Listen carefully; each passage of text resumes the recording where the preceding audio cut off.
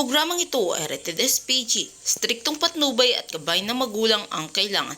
May maaring masaselang tema, lengguwahe, karahasan, sexual, horror o droga na hindi angkop para sa mga batang manonood. Di ang labanan ngayon sa Batang Quiapo. Ngayon naman ay galit na galit si Santino kay Tanggol dahil sa ginawa nito sa kanyang amamahan na si Rigor. Dahil doon ay inisip ni Santino na totoong demonyo pala ang kanyang tinitingala. Samantala si Tanggol naman ay gusto niyang makilala ang kanyang ama at alamin ang totoong pagkatao nito.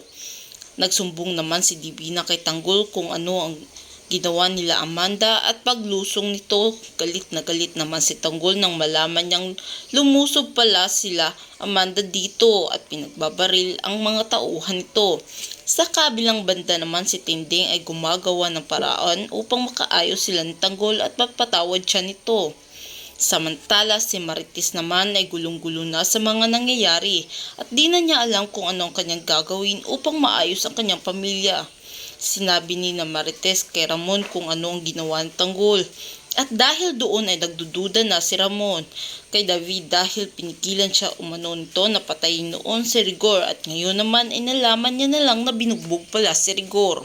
Samantala, dumating naman si General Pacheco at may mga pasa ito. Sinabi niya na kagagawan umano iyon ni Rigor at sinabi naman ni Tanggol ay wag na siyang mag-alala dahil pinaghiganti na umano siya nito.